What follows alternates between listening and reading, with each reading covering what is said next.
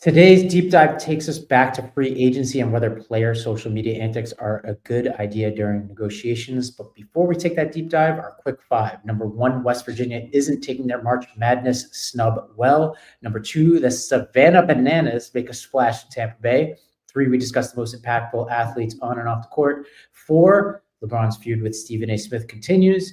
And five, get ready for professional women's baseball. I'm Ravi Gupta, and today I'm joined by Adisu Demisi. Jason will be back with us next week as he recovers from surgery. Welcome back to The Game Within, where we talk about the business and politics of sports and how each shapes what happens on the field. Before we get to our stories, I have a novel coming out next week on Tuesday called Garbage Town. It's a coming-of-age story about a group of kids in Staten Island, New York, growing up in the shadows of the Fresh Kills landfill. They discover something they shouldn't have found, and they have to fight for survival. It is a coming-of-age thriller, but it's really a period piece about growing up in the 1990s. We got beepers, we got AOL Instant Messenger, we got bikes, and the reviews have been awesome. Kirkus Reviews has recommended it. Publishers Weekly Book Life named it an editor's pick. The Midwest Book Review shouted it out. It's got something like a 4.7 or 8 out of 5 on Goodreads. So the kids out there are raving about it, Adisu. I bet. The days before social media where you actually had to, hang out in person with your friends and get into trouble. And I assume that's right. That's where we start. So go to garbagetownbook.com and you can buy it wherever you get your books. Pre-order it now on Amazon or bookshop.org if you want to go local. We also have events in New York City and the Lower East Side on March 27th. On March 30th in Staten Island, and March 31st in St. Louis with Jason, where it looks like we're going to have at least 100 people for the book event at Left Bank Books. So come out and I will sign it. And for those of you who are sports fans, I'll shout out whatever team you want, even the Chiefs if you show up. Even the Chiefs. Well, with that, let's get into this, Adisu. Number one, West Virginia has opened an investigation into why they were snubbed for March Madness. What's going on here? Yeah, we should probably take a look at the governor clip. But for those who didn't pay attention here, Selection Sunday for the NCAA tournament, which starts technically today, was this past Sunday. And West Virginia had 111 out of 111 of 11 bracketologists predicted they would be in the field. They were not in the field. North Carolina instead made the field, much to the chagrin of most of those bracketologists and the governor of West Virginia. And important to say that the head of the selection committee is, in fact, the athletic director from the University of North Carolina. So let's take a look at the video of Governor Patrick Morrisey, the Republican governor of West Virginia, being very pissed off that his state's flagship university didn't make the big dance. And I've asked Attorney General McCuskey to launch an investigation into the NCAA Tournament Selection Committee to determine if any backroom deals, corruption, bribes, or any nefarious activity occurred during the selection process. I know that the Attorney General and I are going to leave no stone unturned during this process.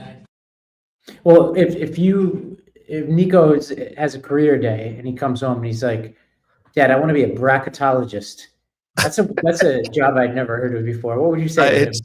It is. I would say Joe Lunardi has done pretty well for himself. So go right ahead, brother. But yeah, look, the NCAA tournament is big business. I don't think that is saying too much. I'm planning on spending a lot of my day Thursday and Friday, much like a lot of Americans who are trying to look at their phones instead of look at their computer screens and follow the tournament. So it's real. It is big business, and for West Virginia not to make the team, make the tournament. I get why the governor is pissed off, but a conspiracy, it just is. It's a little too convenient that the 68th team out of 68 teams is the University of North Carolina, and the AD of University of North Carolina run. I mean, that's just it does not pass the smell test. Although I will say it has been said, at least, that the UNCAD recused himself, whatever, of all consideration of North Carolina and being in the tournament. And if I'm not mistaken, a super majority of the committee members had to vote for the team. So it wasn't like he could dictate who would be in the tournament by himself. That said, he is the chair. So like, I get where the governor is coming from, and I get why he's pissed off, but this is just another kind of conspiracy theorization of everything, right? And it has leaked its way from politics into sports. And if I'm the governor, this is an easy win from a political perspective, right? To just defend your guys and defend your flagship university. And West Virginia, the world's against you, so why not? Why not go and take an easy swing? Well, yeah, bribery is illegal, but the conspiracy is not. Like if it were just like, hey, like we're buddies and we're gonna come together, and because I like you, you're the chair, we spend a lot of time together, and you email me a bunch of advanced metrics, which, according to our notes, there's T rank and WAB, wins above the bubble. I don't even pretend to want to know what any of these things are. Probably we're like, if it comes out that the chair was emailing these like metrics or something to the committee, or other people were, it's not illegal. People can argue about it. I'm not sure it's the purview of the attorney general, but I agree it's smart politics. It's smart politics. And look, I think it's worth putting up the video of just how unpopular this decision has been with the bracketologists out there, those who apparently do this for a living and have gotten some kind of degree in figuring out who the 68 best college basketball teams are every year. So, Philip, can you put that video up real quick? The NCAA tournament, I hate to break it to you, is a television show, okay? It's not a basketball tournament. And they want anybody who can bring them ratings and bring eyeballs to the table and travel and buy tickets. And the schools and the places where they don't travel and they don't have large numbers, they're not interested in you. Am I wrong? No, you're absolutely. That's what. There's something to be said about that, Ravi. I mean, this is entertainment first and foremost. So we're going to talk about again LeBron and Bronny later and all of that. Like, they are ultimately trying to put the best product on TV, not just on the floor. And North Carolina is one of the 5 biggest brand names for sure in college basketball. Well, you and I were away this weekend on a trip together with a bunch of our friends. I vaguely remember UNC barely lost to Duke. Is that right? Like, but I guess it was a flagless Duke, but it's not like North Carolina's a terrible team. Like they're a program that seems fairly decent and with a lot of pedigree. Yeah. And these are judgment calls, right? It's while 111 out of 111 bracketologists may agree that West Virginia is better than North Carolina, if these things are pretty close, I don't necessarily think it's a bad thing to take into account the fact that North Carolina is a brand name who's going to bring eyeballs to the game tonight. By the way, the game is tonight, the play-in game or whatever it's called now, first round or whatever they're trying to make it seem like, is real tournament. Like, people will watch. I'll watch tonight. Probably more likely to watch if it's North Carolina than it's West Virginia. So like, if you're putting on a TV show, I get why on the margins this matters, and I'm not necessarily mad about it. That said, they're not bad. They're not a bad team. They almost beat Duke 3 days ago. Like, they probably are going to win tonight, and watch them make it to the second weekend or something and make everybody look like a freaking idiot. Well, on to our second topic of the day, Savannah Bananas. For those of you who don't know, exhibition baseball team, I guess is the right way to put it. They sold out Raymond James Stadium in Tampa, Florida this past weekend where the Buccaneers play. That's something the Buccaneers have not done in 2 seasons. The Savannah Bananas, which I'm guessing a lot of our listeners have never heard of, sold out the stadium. 65,000 people to watch an exhibition baseball game. Should put up some video of just how crazy this looked this past weekend, Philip.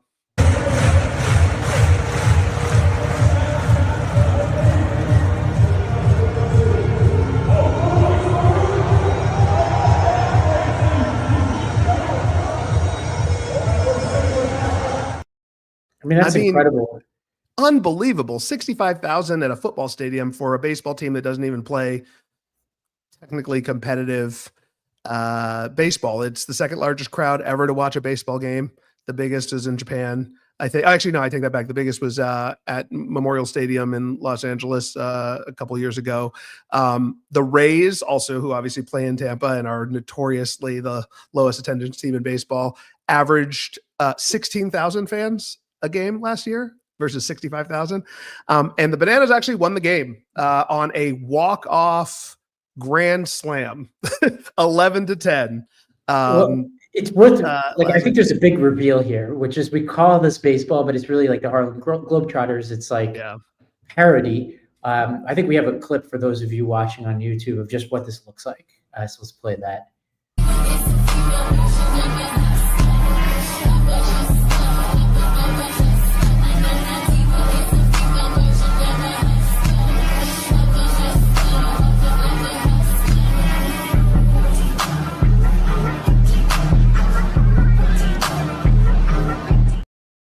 Okay, I think that's enough of that. Yeah, it started with $100,000 investment in 2015, and now this is worth something like $40 to $50 million.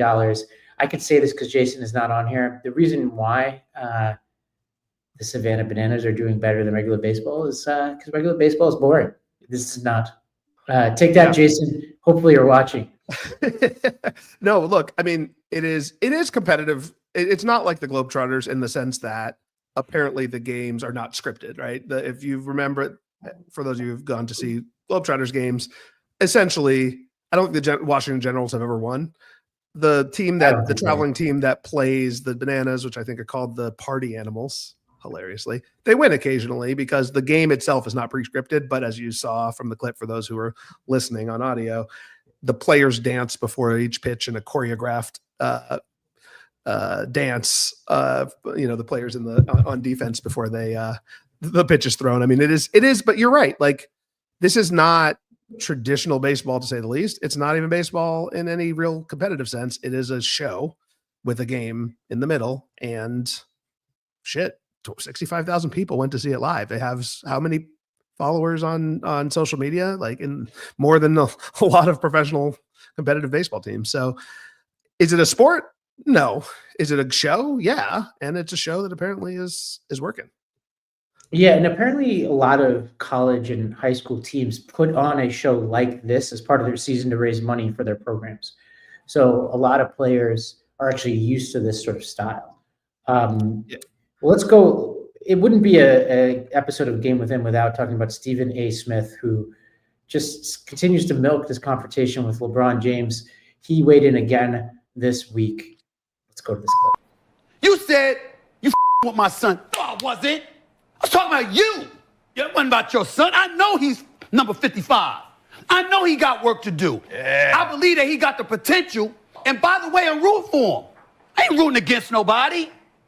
But I was talking about your ass. You did this. Number one, we know I'm right. Number two, we know the perspective that I'm coming from is real and it's authentic. Number three, he set this up. Number four, all you had to do was tell me. Respectfully, excuse my language. That's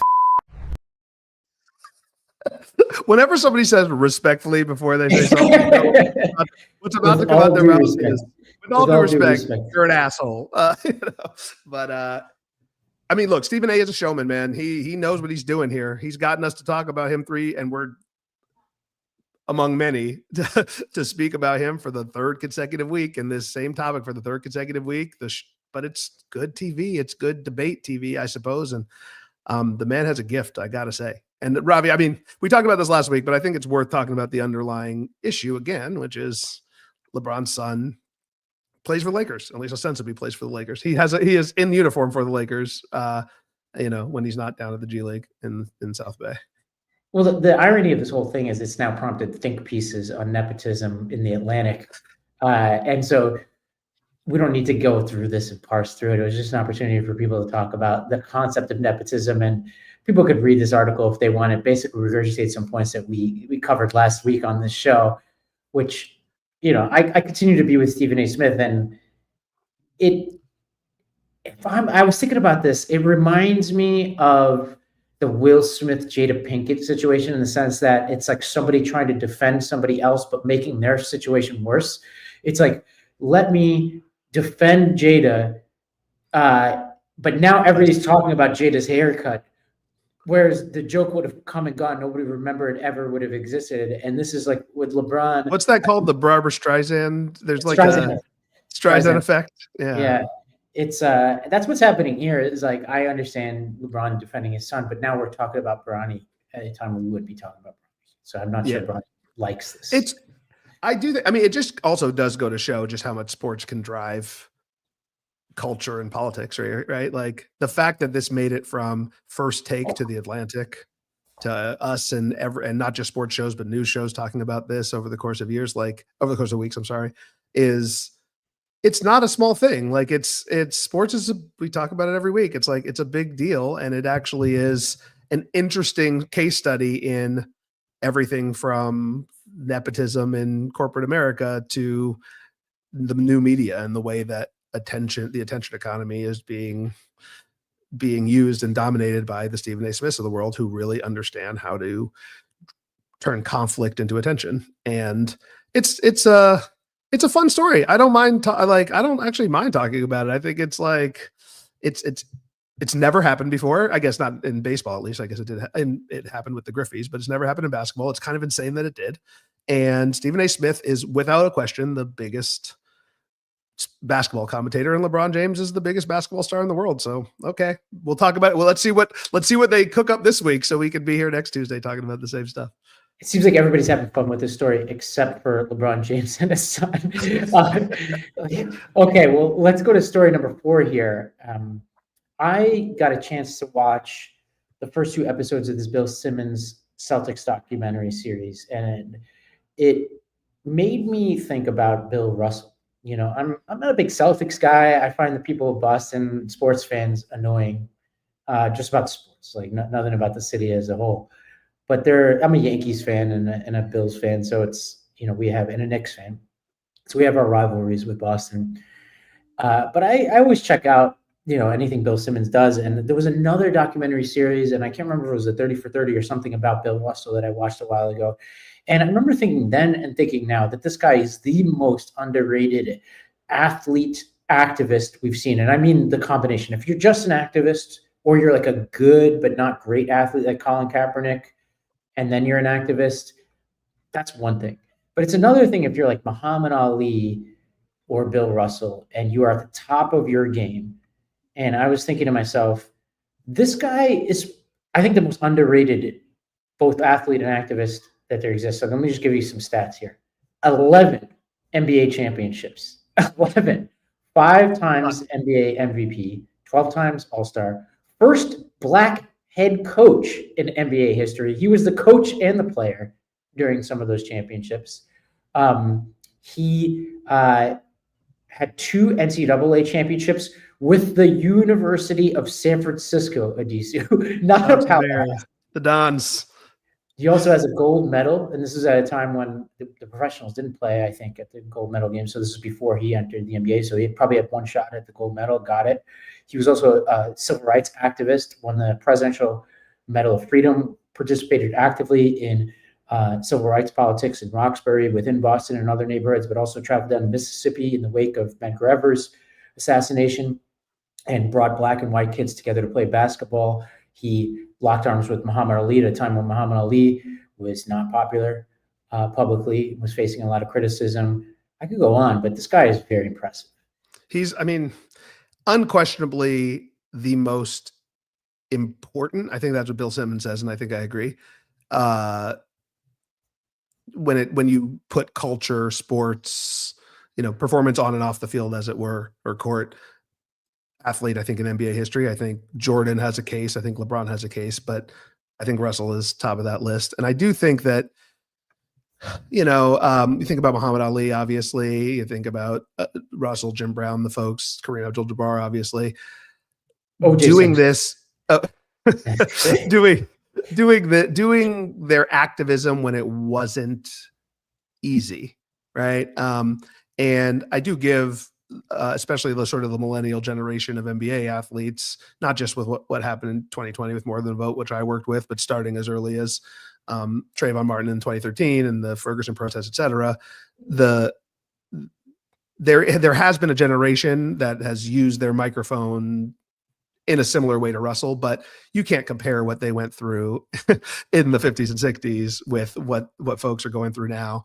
And to do it when it wasn't popular, when it was maybe literally your physical life was in danger, to speak up like that is just unbelievable. The guy is, he's more than a basketball player, but then you just put all the stats out there about what he actually did on the court. When you combine those two things, it's impossible not to put him on the Mount Rushmore of basketball. If you're doing that, you're either ignorant to history or, all you're thinking about is what you know in the TV era. And so I think it's worth actually putting up a video of a younger Bill Russell speaking now, 55 years ago on PBS, that to just sort of underscore just how important this guy was. I don't think that that now we can where we reached a point where, because first I have to precede this by saying that I think that if the kids today are not willing to stand up and fight, then forget it. Period. It is. Forget it. It's not a matter of putting it off for 10 years. I ain't got 10 years. It's not a matter of delaying it, because it's like it's now or never. I think it's that serious. I really think it's that serious. Oscar Robertson, we didn't mention either there, but the guy's a legend, man. We lost, there's a reason why his number is retired across the entire league. No one after LeBron James retires will ever wear number 6 again. I think I think he's the last player grandfathered in because he's just that important to the league. And the man deserves a statue in fucking Washington, as far as I'm concerned. But what's fascinating is, obviously, in the context of Boston, which is a city that has famously difficult race relations, Red Auerbach, the coach, that was his coach for a significant period of time, and then became the equivalent of GM while Russell ascended into player coach. Auerbach, mostly for competitive reasons, I think he and his family would admit, fielded the first all-black team starting lineup for the Celtics. And I think people would find that surprising for a city like Boston. And I recently watched Bill Burr, who's from Boston, give a funny monologue when he was asked about the curse of the Bambino when it comes to the Red Sox. And he has I don't know how accurate this is, but he said, the curse of the Bambino is a story that we made up in Boston to deflect from the fact that we were racists who refused to integrate our baseball team, the Red Sox, way after any other team did. So the reason why we kept losing is because we wouldn't field players of all races. And then we made up this curse of the Bambino bullshit to hide from the fact that we just wouldn't field real teams, which I don't know if it's true or not, but I found it a really funny monologue. Yeah, especially when across town or in the same town, you got a black-led basketball team, not just on the court, but with a coach winning championships over and over again. And it's the Red Sox were notorious, because of Boston's history, and who knows why else, for not either signing or for the players not wanting to come to Boston well into the 80s, if I remember correctly, like Jim Rice years, et cetera. So no, Bill Russell, rest in peace. What a important athlete. And I think a really, really important role model they've said it, for LeBron James, Carmelo Anthony, generation of players. And I do think now, last thing I'll say on this is, we definitely are into a different era of player, right? The Gen Z player that are not as, I think, politically aware, politically active for whatever reason. That's probably a deep dive conversation for another day. But the lesson of Bill Russell and Muhammad Ali and a lot of those players is that once you leave the court, obviously money matters, and that's probably what's driving a lot of these athletes' decisions, but you're going to be remembered for a lot more than just what you did on the court. And LeBron, others have, I think, taken that to heart, and I hope the new generation does too. Well, story number 5 here. The Atlantic has a long write-up by this woman who went and participated in a women's fantasy baseball league. And we don't mean fantasy as in accumulate points for professionals playing, but meaning you go suit up for the Yankees, quote unquote, and go through the Yankees experience down in Florida during spring training or whatever, and have the trainers and the massages and the uniforms and the stadium and all this kind of stuff. And she wrote this interesting article about how, why is it, she asked a couple questions. Why is it that women don't generally play baseball at the high school and collegiate levels or little league, with few exceptions? When they do, they play, for instance, basketball, right? It's not like football where you put on pads and all this kind of stuff, and it's like brute strength, which even then, that's a question that we've asked before as it relates to flag football. So why aren't women playing baseball? And is women's baseball making a comeback? And it seems some people are claiming it is. And so I don't know where you want to start on this, but maybe the beginning, like what this oddity, which is softball, like women play softball, but not baseball, and why that is the case. I wish I knew. I mean, honestly, I wish we had Candor here because I'm guessing there's some historical reason for it, but it is odd, right? You have basketball, you have tennis, you have these sports that are, there's no reason why you couldn't have both segregated women's sports and women competing in, or co-ed sports, right? Certainly at the younger, at the younger ages. I think some of it is just cultural and historical, which is like, it's been a man's sport since the 1800s, professionally in the United States. And so, softball is essentially something that women have owned since I don't know when. I would assume the Title IX era is when it really took off, but I don't see why it couldn't work. I do think it's not unlike the WNBA, which has its struggles, don't get me wrong, but like people are, I think, over the course of, especially with Caitlin Clark's emergence, learning that it doesn't have to be the same game as men's basketball to be entertaining. The question is going to be, so, the women aren't going to throw as hard, right? They're not going to run as fast. Like that's just genetics, not on the aggregate, right? Or in the average, not individuals. But the game is still, if you like baseball, why wouldn't you like baseball with a woman throwing 82, which, overhand 82 versus a man throwing overhand 96? Like it's not that different to me. And I think it all comes down to, just like I do with WNBA, stars. You need your Joe DiMaggio, you need your Mickey Mantle, you need your Caitlin Clark, you need your Magic Johnson and Larry Bird. Like no new sports league of any gender, anything is going to work without a charismatic star to sell and grow the league. And until that happens, it'll, they're going to have to work towards it. But when it happens, I think it has a chance. I don't know. You don't like baseball, so maybe I do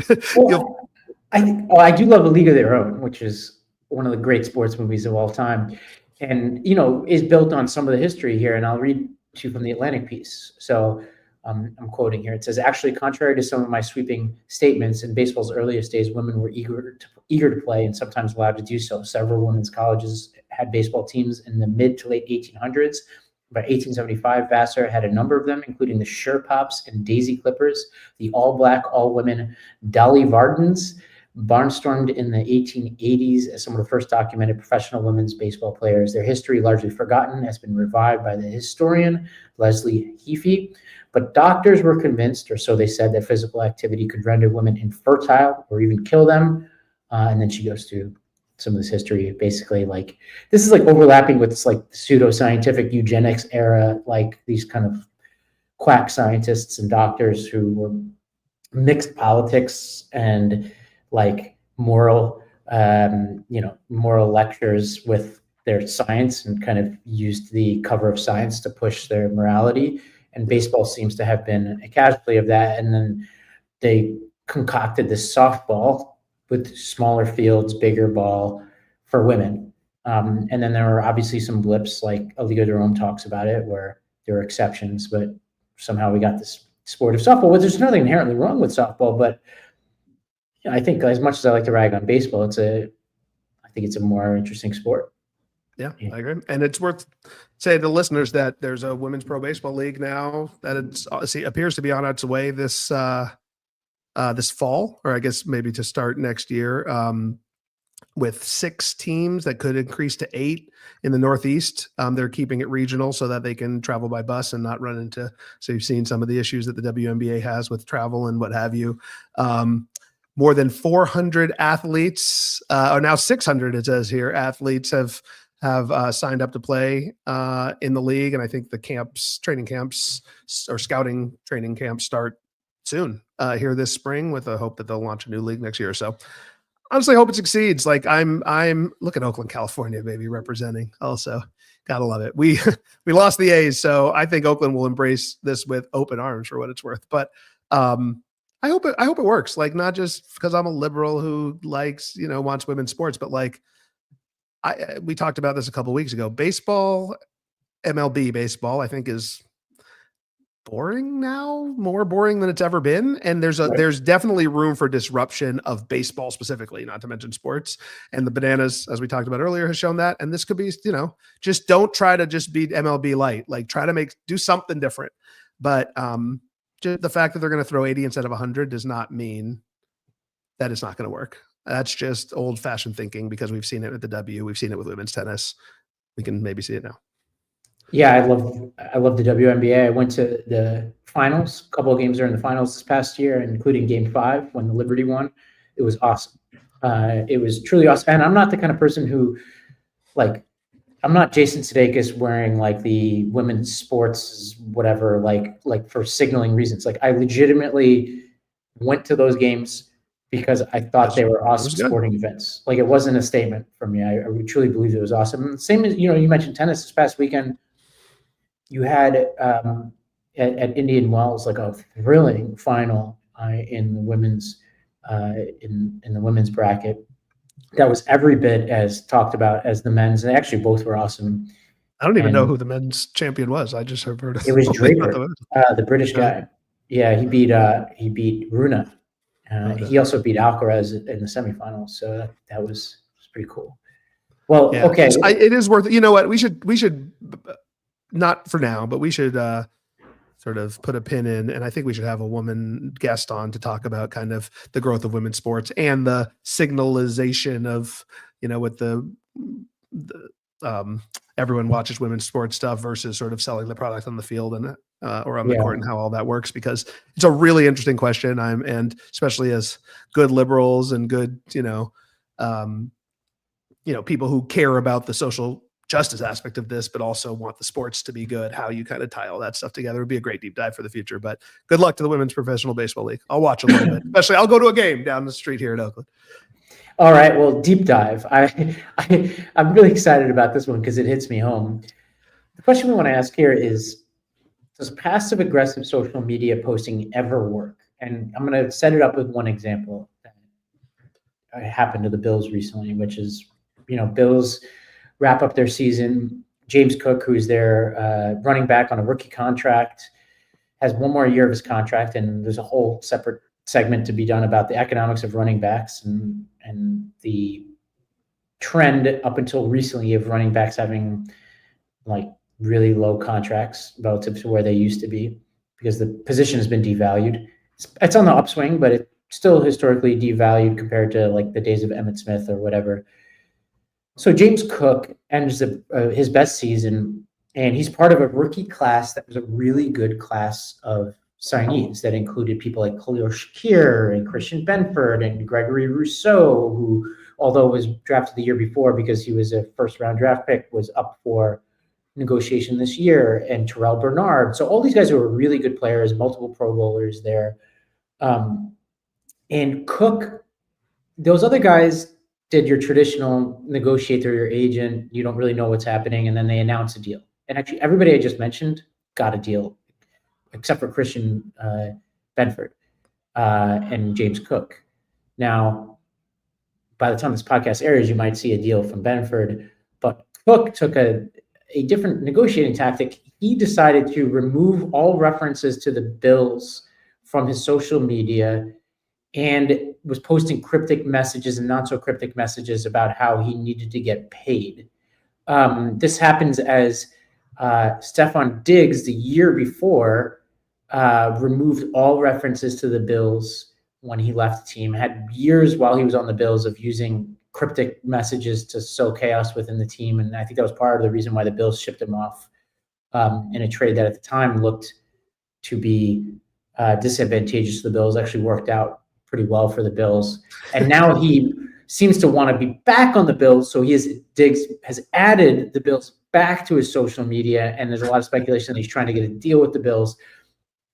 I look at this and say, when has it ever worked to, and we could say in relationships too, like people unfollow each other and follow whatever, all crazy stuff, but let's just stick to sports here. When does it ever work, Adisu, this cryptic, passive-aggressive social media posting? I don't think it's ever worked. I think about the Warriors, actually. This happened with Klay Thompson during the negotiations this past year over his contract. I think everybody kind of knew he was gone, but If I remember correctly, he did the same thing, right? To unfollow the Warriors or whatever. Which is shocking, given he had the rep as like this no drama kind of guy. Yeah. Well, but what'd you say? Were you shocked by that? I was a little surprised by it, given his reputation as this guy who everybody Not really, loves. because everything that's come out since then has suggested that like he was pretty miserable last year and he knew that his time was up. And it's hard when you've been somewhere for 12 years to like not feel wanted. So like he's a moody guy, I think too, right? Like I don't say that. I love Klay Thompson. I can't wait for his number 11 to be retired in the drafters here in the Bay. But like it was, even Draymond and Steph have said this, like it was time for him to go. It's just like anything has run its course. So I wasn't particularly surprised, but I don't think it's ever worked, to answer your question. I do think though, it's a communication strategy. Ultimately, it's a political strategy to draw attention to your situation and to put some public pressure theoretically on the team. And I don't know, maybe it has worked. I can't think of any specific example, but what it certainly has done is I'm not sure anybody was really, other than you, Ravi, and Bills fans, we're talking about James Cook's contract situation. And now it becomes first take, fodder for Stephen A. and God knows who else, what else, on SportsCenter, et cetera. And that's kind of the point, I think, of all of this is just, it's an attention economy play. And it's, the question is, do the owners, do the general managers, do the coaches succumb to public pressure? And I think the answer is for football, no. I think the answer for other sports is more no than yes, but like on the sliding scale, it's more. But I think football is controlled by its corporate entities in a way that like the NBA, at least there's some more power balance between the union and the players and the management. So I don't know, man. It is weird though. It's like become kind of a trope. I think now, which is like, if you see here, it's happening all over the place in football this offseason. And I think it's just now, it's almost losing its effectiveness, because the first time somebody did it, it was like, ooh, clever. And now it's just what you do as part of your negotiation tactic. Yeah, I did a whole explainer on the Baldoni-Blake Lively fight. And one of the reasons why the internet originally took notice of a beef was that they weren't following each other. So, and I think neither party in that situation is, or I would say, put it this way, I think both sides of that fight would regret where they are today. So I think people should be careful about how much attention they bring to themselves. And I think Cook is a good example. It's one thing if you're Myles Garrett or you're Lamar Jackson, who kind of did their like a little bit of drama in the offseason as they talked. They probably said a little bit more than they should have. You can get away with it. I'm not sure either of those people helped their cause through their, we could say, passive aggressive or just blunt public statements about their teams, but they got away with it is the way I think of it, because they're the best players on their team. If you're Lamar Jackson, you're going to get away with whatever you want. And in his case, he was fighting against, as we've discussed, like possible collusion from the NFL. So I give him a little bit of a break. If you're James Cook, the Bills had already been through this with Stephon Diggs, who is their previous best offensive player other than Josh Allen. And I think what they learned was that for a couple of years of indulging Diggs, they created a bad culture within the team. He had worn out the team. And a lot of theories about why the Bills were more successful than a lot of people predicted they would be last year. And a lot of people were saying that the Jets or the Dolphins are going to win the division because the Bills lost Diggs or whatever. One of the reasons why the Bills were more successful than they were predicted to be, in my estimation, was that the team had a better culture internally. So I think when people like Brandon Beane, the GM, are looking at who to re-up and who not to, I think when you're posting passive-aggressive shit, it tells them that you could be a locker room problem moving forward. So it actually decreases your value. If I'm a GM and I'm looking at stuff like that, I'm like, it's not the end of the world, but I'm going to negotiate through the public. And if I see you acting that way, that tells me that maybe 2 years in, if you don't like what's going on or you exceed the expectations, you're going to do the same bullshit to get a new whatever. Contract. Yeah. And I also think, this is a consistent problem in every sport between owners or between management and the players, is that rarely do you hear about greedy owners, but you often hear about greedy players. And, it's because the players' contracts are out there for the world to see. It's part of the way we follow the game is free agency, as we've talked about last week, basketball, trade deadlines, what have you. We know what the players make, and $15 million or whatever James Cook was holding out for is like objectively a lot of money. But when you compare it to how much money the Bills owners are probably making year to year, the NFL as a league is making year to year, I'm guessing it is, but that's a number we don't talk about, right? And so when you start playing these games, not only do you signal to the owners and the GMs that you might be a problem, but I think you do have a danger of looking like an ungrateful, greedy millionaire. When I totally understand. I mean, the reason why in the NFL this is such a thing, and why James Cook is, in my opinion, I'm obviously going to be labor sensitive here given my politics, but like the reason this is his only chance to make money. Like he's one ACL, one concussion, one whatever away from the end of his earning power, and so there is for the players, it is the highest stakes possible negotiation every contract, because you want as much guaranteed money as you can get, and you just got to try to protect yourself because your career could be 6 years long. But it sounds like a lot of money. Yeah. And it is a lot of money. It's just not really relative to what these owners are making. Even it's nothing. Like the difference between 15 and 12 is probably nothing to these guys. There's a salary cap, but what I'm trying to say. I think it's like one of these things where if I were advising him, it's, when as a fan, I look at it and my feeling isn't, hey, this guy is greedy. It's more like I care about the team and I care about the precedent, right? So I'm like, all right, I've been through this Diggs stuff before and it was exhausting, and before Diggs, it was Cole Beasley. And like whenever these players take it to the streets, and they're talking shit about their team or their fans, which Beasley was doing, it just weighs you down. You're just like, I don't need to know all this stuff. So if I were advising him, I would say, and Jackson was a little bit better about this, as was Myles Garrett. And there's a middle ground, which I think is Cook does a few interviews where he's like, look, I love the people of Buffalo. I would love to continue to play in that city. But I'm worried because I was drafted in the second round. I'm making objectively not a lot of money relative to my value. And I would love it if the Bills, recognize my value and my efforts and extended me now and put me in league with, even if I don't agree with this comparison, but in league with like Saquon Barkley and yada, yada, yada. Like I deserve that kind of money and I will produce those kind of results for the city of Buffalo. And doing it in like a Pat McAfee interview or something, it just feels different than this stuff random, because when some people are just doing the social media, it feels immature. And you don't want an immature player in your locker room. You're totally right. And, the other recent example we should talk about is the Bengals, who I think this past week finally signed T. Higgins. They had franchised that him. Man has That man is what? He's franchise tagged twice. I know, but they finally signed him to an extension. They signed Chase to the largest contract ever. But honestly, I think among many tactics that those two players and their representation took, they got Burrow on their side. Yes. And you got to give Burrow credit for being willing to put some political capital into the game for his guys. It feels to me, I assume Josh Allen would. Well, I shouldn't assume anything, but like if James Cook went to Josh Allen and asked him for some help, or whoever is your defensive star, Milano, I don't know who is the defensive Josh Allen on your team now. Yeah, we don't really have one. I mean, Milano actually, speaking of, took a pay cut today. So there you go.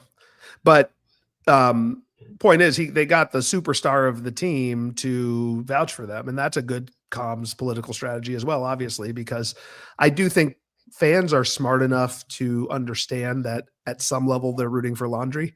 Like they may not admit it to themselves, but in the NFL in particular, players come and go. We've talked about last week with Gavin, like helmets are on, so you don't even know who your offensive guard is or your defensive end is. But everybody knows a quarterback. Everybody knows the star player, whoever that may be. And it's probably better political strategy to have some allies than to huff and puff and unfollow and piss off your front office. Why is Devontae Adams? why does Devontae Adams get these big deals? Because he was Aaron Rodgers' buddy, and Yeah. he was his go-to. You look at who was re-signed already in James Cook's rookie class, Khalil Shakir. Well, what is Khalil Shakir? He is the go-to receiver for Josh Allen, and this was the critical mistake Diggs made. Right, he was making Josh Allen uncomfortable. Right, he was doing the opposite of what you should be doing. Like, you basically have two constituencies, maybe three, if you're in the position of Diggs or Cook. Number one, the GM. Number two, the head coach. And number three, the star quarterback. And in Buffalo, actually, the quarterback matters more than anybody else, because if Josh Allen's like, it's really important to me that you re-sign James Cook, they're going to make it happen. Like, it's reason why they signed freaking Keon Coleman, apparently, who's not very good, but was our first round or early second round or late first round pick last year, apparently because Allen looked at his footage and was like, I like this guy. And they signed him, that's the kind of power he has. And as he should. I mean, Allen is the most important player or human being as part of the Bills organization. And everybody recognizes that. It's also just worth talking about the fact that all of this happens in public in a world that is brand new, right? The whole social media phenomenon is relatively new, and the players who are currently in their primes, right, in your 20s, grew up with social media. Like, they're super native to social media in a way that even the Aaron Rodgers, Kirk Cousins, whatever, people who are like squarely millennials did not. And so they understand how to leverage, or I shouldn't, it's probably easier to say, leveraging social media for their brand benefit, et cetera, is something that just like comes naturally to these guys, I would guess, more than more traditional communication strategies. And so I'm guessing some of this is not strategic at all. It's just like, what do you know? Oh, this is what I did when like my girlfriend and I got in a fight in high school. Like, I posted stuff on social media and unfollowed. And I don't mean that flippantly. Like, I get it. Like, that's, but where are the agents, Sadisu? That's what I'm wondering. It's like the agents need to step in here and be like, look, like, this is not helping my strategy, because I think like some of these agents must be afraid to tell their clients what's up. I mean, hey, look, I've run some political campaigns, right, where candidates control their own social media. And I think it used to be, I remember in the early days in the, 2000s when social media was coming really to the forefront, now 20 years ago, it was normal to have, us intern, as they used to say, like, run your social media. But I don't think there is a single agent, I would guess, in America that like fully controls a social media account of a player under 27. Like, that's not, it's too intertwined with your personal brand. It's too intertwined with yourself. Like, I'm not suggesting they're not participating, but I would guess that a lot of them have, they have a login. And if they get pissed off, they're going to maybe just sign in and do it on a whim and not talk to anybody because they're human beings. And so should the agents like get in the way? Yeah, probably. But like, sometimes, as you know, like, you find out about stuff just like everybody else does when like the press calls you, as opposed to on the front end. Yeah. I mean, if I were an agent, I mean, I got to think about whether I truly believe this, but maybe the better strategy is to shield your client and just be like, look, Brandon Beane, it sure would be a shame if James Cook had plantar fasciitis for the first 6 games of next season. Like, that wouldn't be great, would it? And just kind of play those games, Now, the problem with agents is they have their own reputations at risk. So they're like lawyers in front of a judge. You can't take it to the brink every time, or you'll lose your credibility as a whole. So it's a dangerous game. And honestly, I was debating this with people who are Bills fans. It made me not want to resign him. Like, I'm just like, I just don't want this energy, and I truly believe it decreased his value. And so we'll find out soon enough. Certainly with respect to the Bills, I can believe it, but I'm not sure ultimately. I think even more so in NFL than any other league, I think team loyalty isn't a thing. I think the goal is get your money. That's probably true in it's probably true in basketball. It's true in Major League Baseball. Like, it's true in every sport, but like in football, above all, get your money. And all he cares about is getting his $50 million from whoever will pay it. And I'm sure T. Higgins felt the same way. Stephon Diggs ultimately felt the same way. And surely the team that you're with is the most likely to give you that money. But like, if James Cook ends up on the Seahawks or the Patriots, like, and gets his money, I don't think he will happily keep the Bills unfollowed until he needs to come back like Stephon Diggs and beg for forgiveness for his third contract a couple of years down the line. Well, if Brandon Bean, you're listening, trade him for a cornerback. We have like one cornerback rostered right now, so just let's trade him now. Well, with that, Adisu, shorter episode than normal today. Thank you, everybody, for listening. If you haven't yet, get on Apple or Spotify, wherever you get your podcasts. Follow The Game Within, even if you heard this on the Majority 54 feed, because we're going to soon, I think even starting as early as next week, we will be carrying this only through that feed. And you want to give us a 5-star rating and say what you love about the show. Really important. Otherwise, I will unfollow you on social media and post passive-aggressive things about you. I know who you are. That's including you, Baker from Kansas. I know who you are. So that's all we got. Thank you very much. That's all we got. Buy Ravi's book, too. Yes, go buy Garbage Time. Sports matter, my guys. Sports matter.